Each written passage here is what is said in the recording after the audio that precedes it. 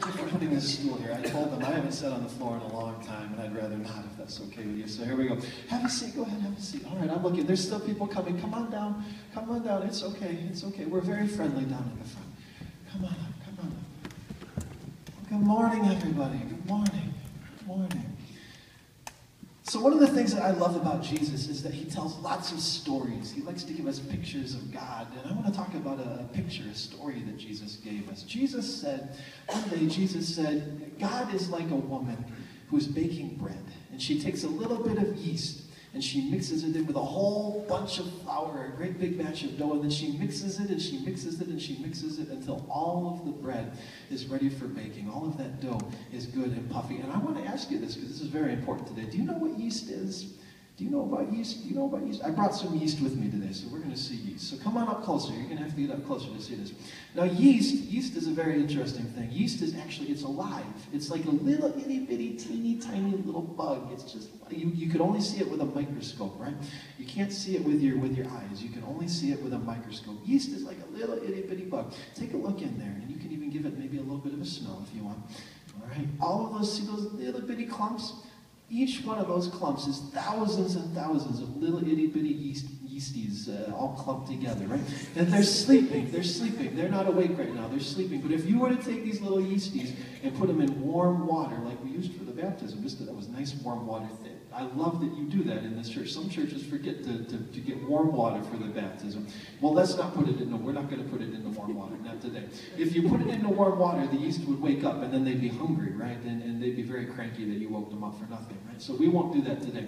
If you put them in warm water, they would wake up, and then what you can do is you can put them in some bread dough. And do you know what yeast are really good at? They're teeny tiny little things, but they're really good at two things. They're good at eating, and they're good at burping.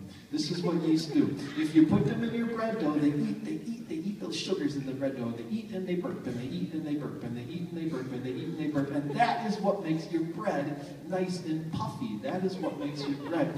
So that's exactly what it is. If you didn't have any yeast in your bread burping, then all of your bread would be flat, and it wouldn't be like the bread that you're used to, right? And so that's what yeast does. Yeast, even though it's a teeny tiny little thing, is very important, and it can do this very important thing. Yes, Michaela?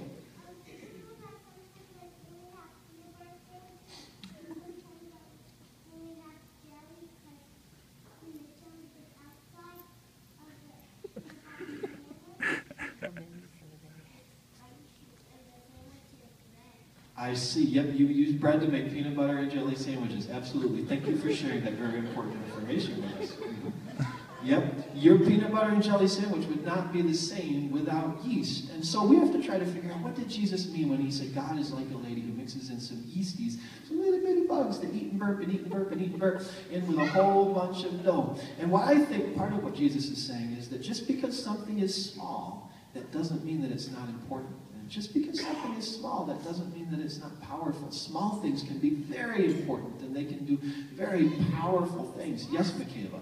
Yes. In fact, I'm going to show you a small and important and powerful thing today. I think that Pastor Bree has been on vacation for long enough. I think she needs to come on up here and bring that baby with her. Bring Braeleigh on up with you, Bree. Go ahead and bring this baby up. Now, this is Braeleigh. Have you seen Braeleigh up close yet? This is Braeleigh. She's not very big, and do you know what she mostly does? She's really good at two things. She eats and she burps. And she eats and she burps. And she eats and she burps. And today we put her in that nice warm water. We activated her today. We woke her up a little bit.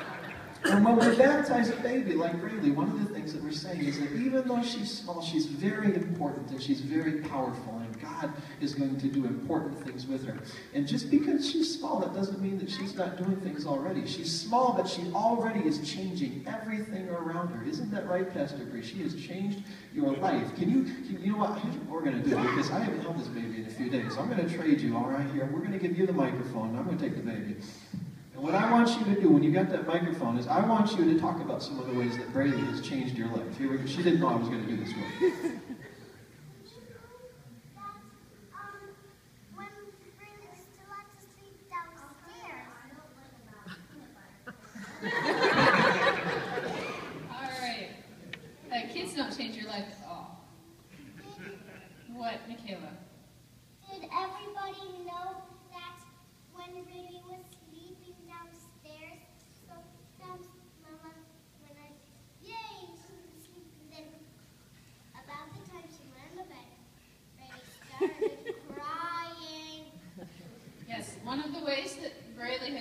your life is that there is a lot less sleeping going on at night.